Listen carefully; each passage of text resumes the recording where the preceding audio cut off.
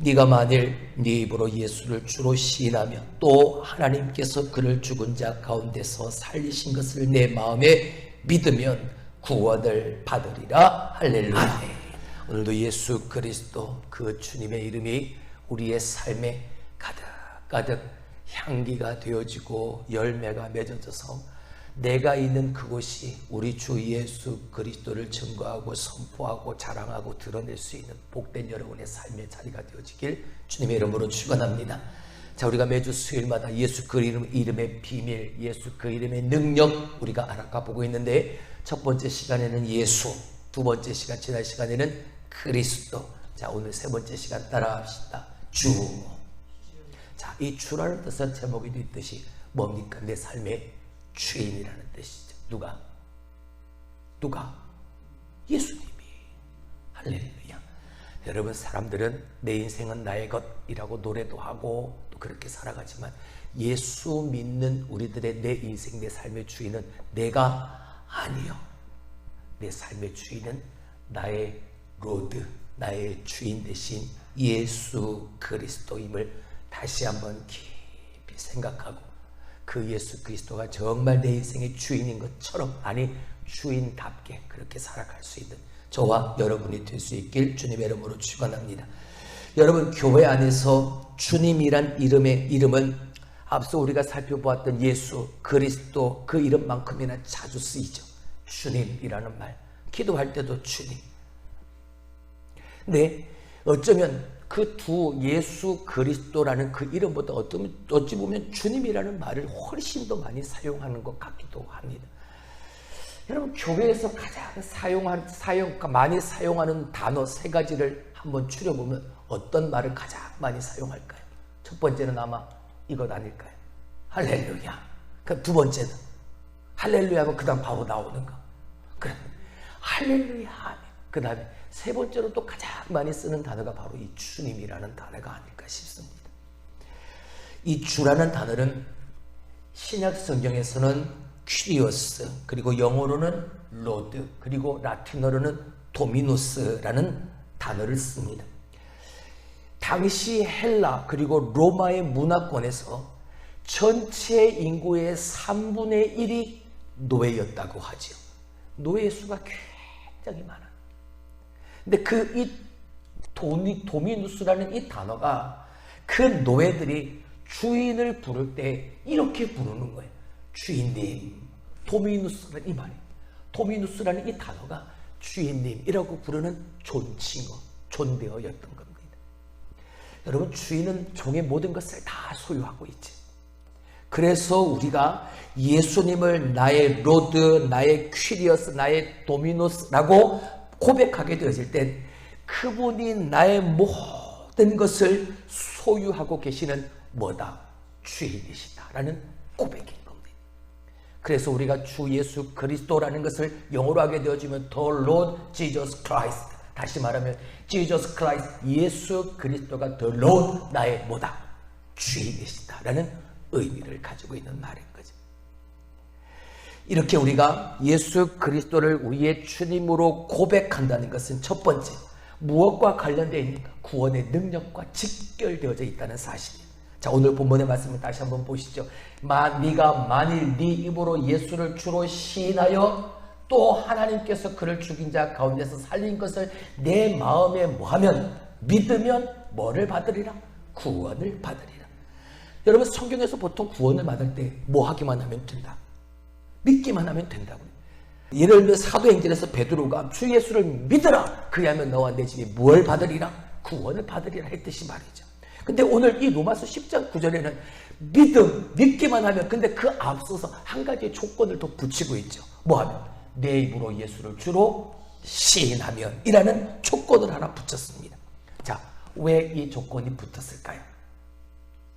구원에는 제가 여러분에게 자주 말씀을 드렸던 구원에는 세 가지의 시제가 있습니다. 과거, 현재, 미래. 자, 그래서 과거형 구원을 말하게 되어질 땐 뭐였을까요? 어떤 의미일까요? 우리가 예수님을 믿는 그 순간에 우리의 모든 죄가 예수님의 보혈의 은혜로 말미암아 용서함을 받고 하나님이 우리를 뭐로? 의롭다, 의인으로 여겨주시는 것, 그게 과거형 구원이에요. 이건 이거야. 예수 믿었을 때, 예수 믿기 시작했을 때 우리에게 이미 이루어진 구원인 거죠. 자, 그럼 두 번째, 현재 진행형 구원. 이건 뭐냐? 우리의 옛사람이 죽고 오늘 내가 성령의 새 사람으로 계속해서 바뀌어져 가는 과정인 거예요. 다시 말하면 우리가 받은 구원을 이 땅에 살아가면서 누려나가는 뭐다? 성화다. 말씀드렸죠. 예수 그리스도를 믿고 구원을 받았는데 구원받은 사람답게 오늘 내가 그 거룩함으로 살아가는 오늘의 삶에서의 나의 모습은 뭐다? 성화를 이루어가는 거다. 자, 그렇다면 마지막 하나 남은 미래형 구원은 뭐냐? 미래형 구원은 우리가 천국에 가는 그날 완성되어질 구원을, 완전한 구원을 말하는 거죠. 이미 구원은 우리에게 이루어졌습니다. 하지만 그 구원은 완전한 구원은 아니에요. 완전한 구원은 언제? 우리가 천국 가게 되어졌어요. 주님이 땅에 다시 오시면 그때 완전한 구원이 이루어지는 거니까. 다른 말로 말하면 아픔도 고통도 없는 영광의 땅에서 영원한 생명을 누리며 어디로 들어가는? 하나님의 영광으로 들어가는 뭐다? 영화의 단계, 그 영화를 말해요.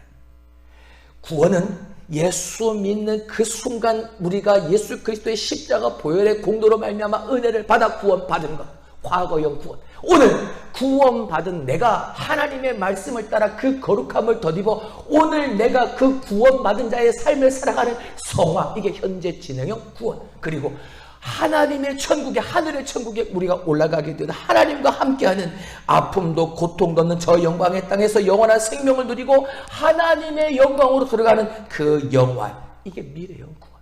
자, 그렇다면 오늘 본문의 말씀은 이 로마교회 성도들에게 들려주는 말씀인데 이 로마교회 성도들은 이미 예수님을 믿고 있기에 이 성도들은 과거형 구원을 알고 있는, 이미 그 과거형 구원에 대해서 이해하고 받아들이고 있는 거예요. 그러니까 지금 그것을 말하는 건 아닌 겁니다. 근데 오늘 본문의 말씀 위아래를 읽어보면 문맥으로 봐서도 언젠가 가게 되어질 저 미래형 구원, 완전한 구원을 말하는 것도 아닙니다. 그렇다면 뭐냐? 바로 현재 진행형 구원을 말하는 거죠.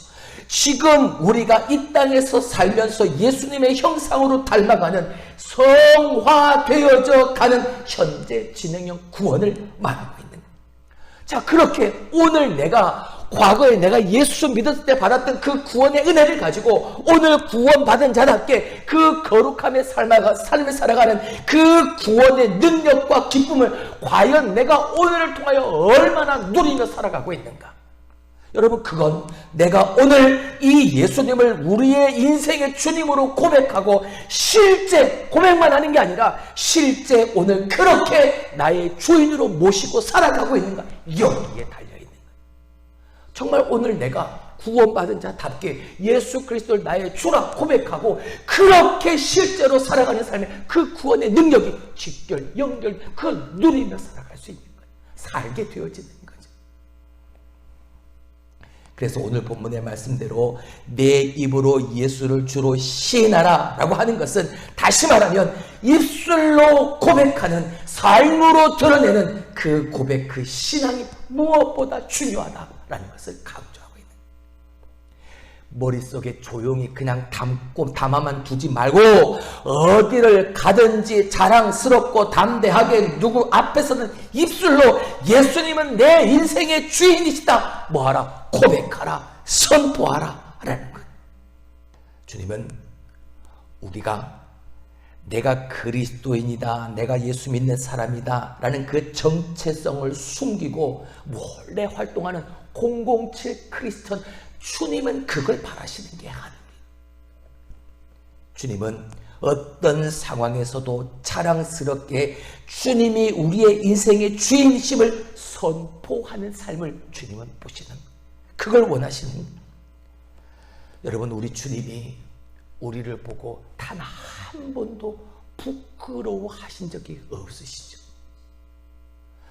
보잘것없고 형편없고 연약하고 툭하면 아프고 툭하면 쓰러지고 유혹에 넘어지는 우리들이, 그런 우리를 주님은 절대 한 번도 우리를 부끄러워하신 적이 없어요. 근데 우리는요, 세상 앞에서 세상의 눈치 보고 사람들의 눈치 보느라 그 보배로운 이 주님의 이름을, 이 보배로운 주님을 떳떳이 인정하지도 못하고 사람들 앞에 예수 그리스도의 이름을 선포하지도 못하는 경우가 얼마나 많아요. 여러분, 예수님을 나의 구주로 고백하는 분명한 이유는 첫 번째 뭐와 연결이 되어져 있으니까? 구원과 직결되어져 있으니까. 구원과 연결되어져 있으니까. 두 번째, 우리가 예수 그리스도를 주님으로 고백하는 것은 우리가 속한 나라와 내가 섬기는 주군이 뭐했다? 바뀌었다. 이 바뀌었음을 고백하는. 자, 먼저 하나님 말씀을 봅니다. 골로새서 1장 13절 14절 다 같이 읽어보시죠. 그가 우리를 흑암의 권세에서 건져내사 그의 사랑의 아들의 나라로 뭐 하셨으니? 옮기셨으니. 지금 잠시 세상을 장악하고 있는 공중권세 잡은 자, 저 사탄은 세상의 진짜 주인이 아니요. 그는 잔악하고 추악한 자예요. 그래서 그의 다스림을 받는 세상은 항상 어둡고 항상 혼란스러운 겁니다. 여러분, 우리도 한때 가짜 주인의 통치 밑에서 죄의 노예가 되어져서 살았었죠. 그러나 우리가 예수님을 믿는 그 순간 우리는 그동안 우리를 비참하게 얽매왔던 그 죄에서 자유함을 누리게 되어졌습니다. 할렐루야. 이제 우리가 속한 나라가 바뀌었고 섬기는 주군이 바뀌었음을 예수님이 나의 주이시다라고 고백하는 그 선포를 통해서 이것이 공식화되어지는 그 아들 안에서 우리가 속량권 뭘 받았으니까? 죄사함의 은혜를 내가 받았으니까 그걸 고백하고 그걸 시인하고 그걸 선포하는 삶을 사는. 네, 여러분, 마귀가 세상의 공중권세를 잡고 있는 가짜 주인이 이걸 가만히 두지를 못하는 거죠. 이걸 견뎌내지 못하고 계속해서 집요하게 이렇게 선포하며 살려는 자들을 계속해서 공격합니다. 그래서 하나님의 백성들이 세상을 살면서 자꾸 옛사람을 벗어버리는 것이 그렇게 힘이 드는 거예요. 그리고 여러 가지 시험을 계속해서 겪게 되어지는 거예요. 여러분, 만약 예수님께서 오시지 않았다면 여러분, 우리는 얼마나 비참한 삶을 살고 있을까요? 지금도 세상 공중권세 잡은 자에 붙잡혀서 얼마나 비참하고 처참한 삶을 오늘도 우리가 살아가고 있을까요? 우리가 영적으로 무지했을 땐 몰라서 저 가짜 주인의 통치 아래서 그냥 그렇게 저렇게 살았지만 이제 우리는 더 이상 그렇게 살 수가 없는 거죠. 왜요?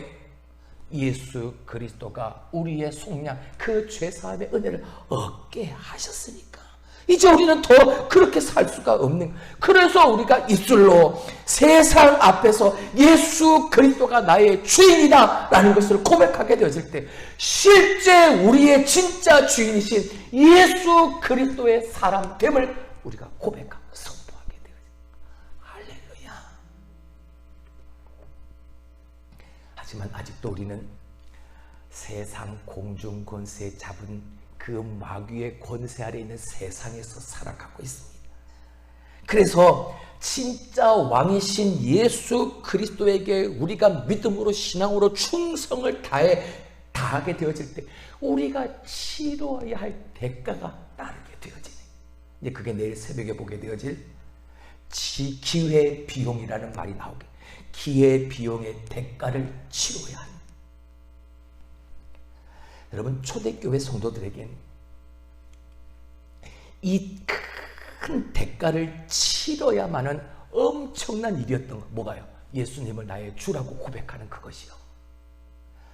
기독교를 핍박하는 저 로마 황제를 신격화해서 황제를 숭배하는 이 로마의 집권 아래에서 얼마나 많은 힘듦과 어려움과 고통을 겪어야만 했는지 모릅니다. 근데 그들은요, 하나님 외에 다른 신을 섬기지 말라라는 이 말씀을 생명처럼 여겼기에 그들은 황제 숭배를 받아들일 수가 없었던 겁니다.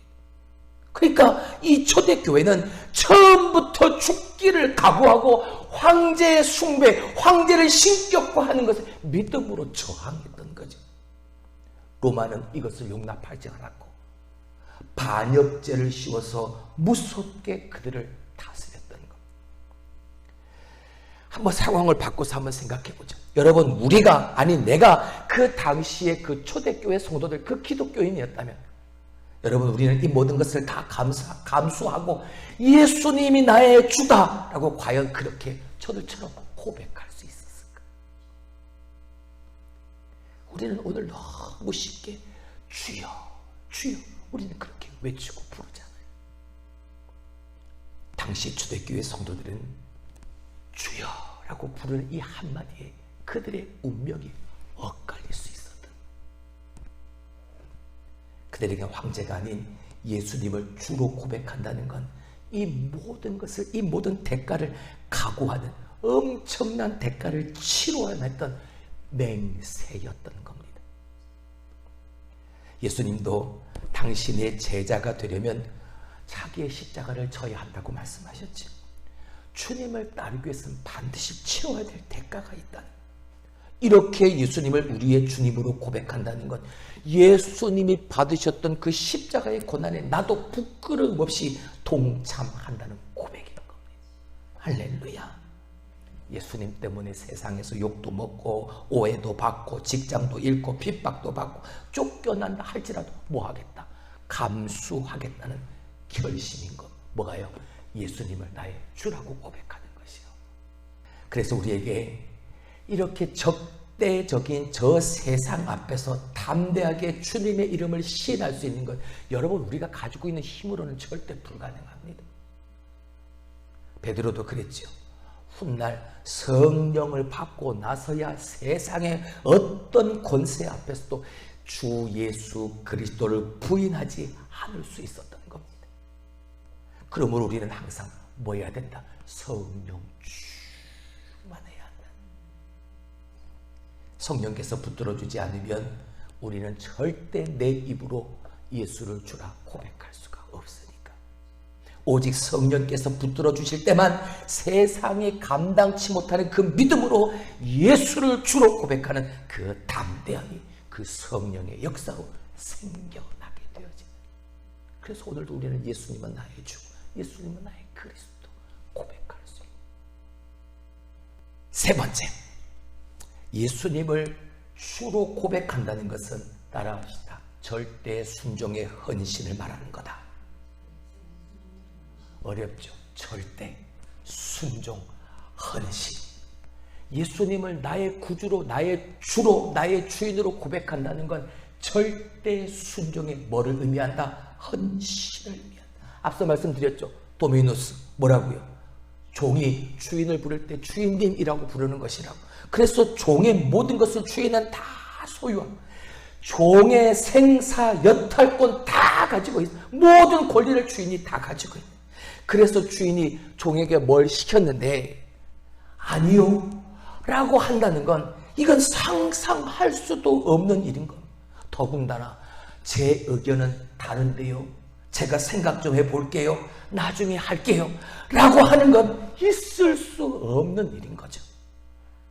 주인이 뭐라고 하면 종은 뭐라고 대답해야?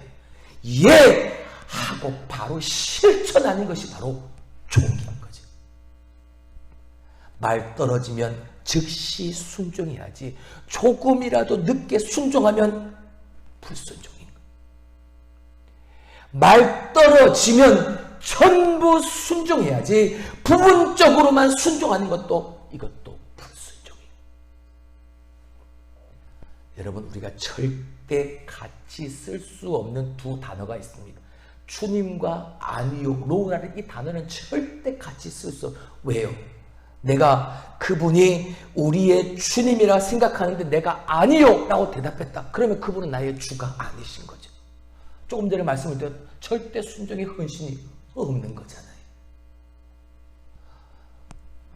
만약 그분이 우리의 진정한 주인이라면 우리의 대답은 항상 이래야 되는 거예요. Yes, 예, 주님 뭐든 말씀만 하옵소서. 제 대답은 항상 뭡니다. 제 대답은 항상 죄입니다. 이것이 예수님을 주로 부르는 자의 자세인 거죠. 자, 여러분은 어땠습니까? 정말 주님이 여러분의 인생의 모든 영역에서 주인이 되어 주셨습니까? 하나님, 내가 다른 것은 다 되는데 이것만큼은 안 되겠습니다. 여러분, 그런 영역을 만들면 될까요? 안 될까요? 안 되는 거죠. 다른 건 다 주님의 뜻을 따르겠는데 자식 문제만은 내 뜻대로 하겠습니다. 이 물질, 돈 문제만은 내 뜻대로 하겠습니다.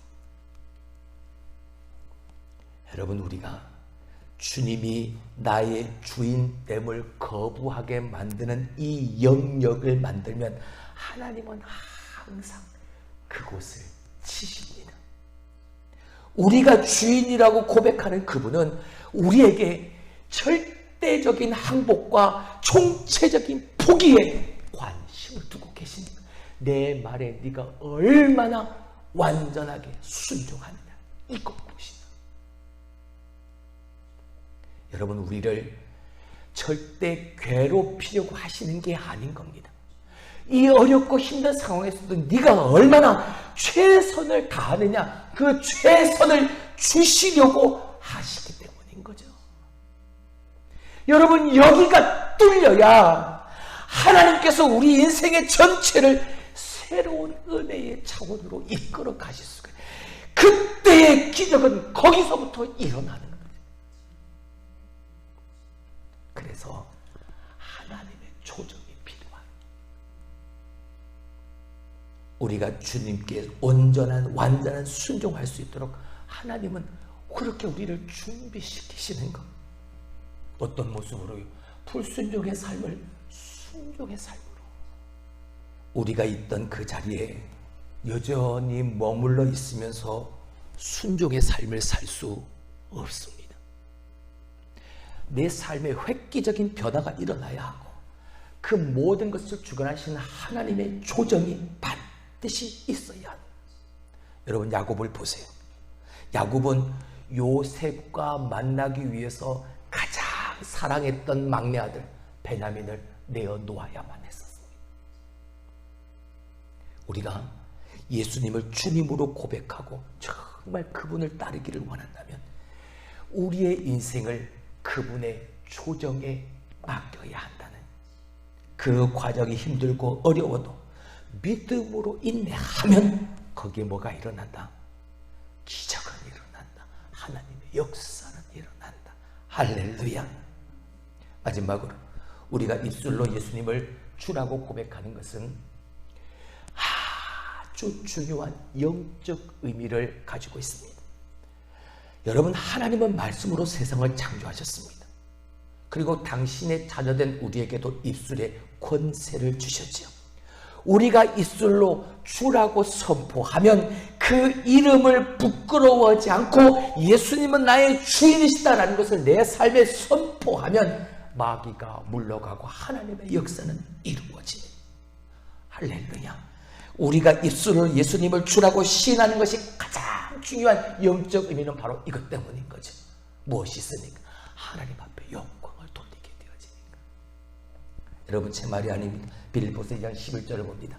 모든 입으로 예수 그리스도를 주라 시인하여 하나님 아버지께 뭐를 돌리게? 영광을 돌리게 하셨느니라. 할렐루야. 우리가 예수를 주라고 고백하는 그 순간 하나님이 뭘 받으시니? 영광을 받으시니. 우리가 예수님이 우리의 인생의 모든 영역에서 주인이심을 선포하고 인생의 모든 영역을 그분의 다스림 앞에 내가 내려놓을 때 그것이 아버지께, 하나님께 뭐가 되어진다? 영광이 되어진다. 반대로 한번 생각해 보죠. 그와 반대로 우리가 예수님을 주라고 시인하지 않는 것, 이 하나님의 영광을 가리는 것이 되어지고 마는 것. 그러면 하나님과 우리 사이에 뭐가 생깁니까? 장벽이 생기는 거죠. 기도의 문이 막히고 하나님과의 모든 영적 교류에 장벽이 생기고 마는 거예요. 그리고 마귀가 활개 칠 수 있는 문을 열어주는 것이 되어져 버리고 마는 거예요. 우리는 절대 그런 일이 없도록 우리의 입술과 마음으로 오직 예수 그리스도만이 우리의 주가 되십니다. 할렐루야 고백하며 살아야 하는, 여러분 말씀을 맺으려고 합니다.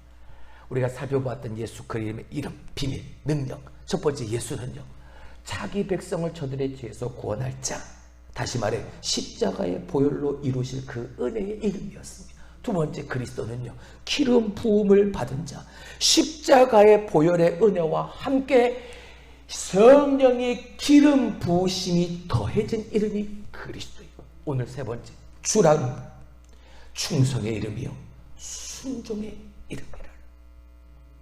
우리가 예수님을 주님으로 고백하게 되었을 때 우리는 이 의미를 결코 잊어버려서는 안 될 것입니다.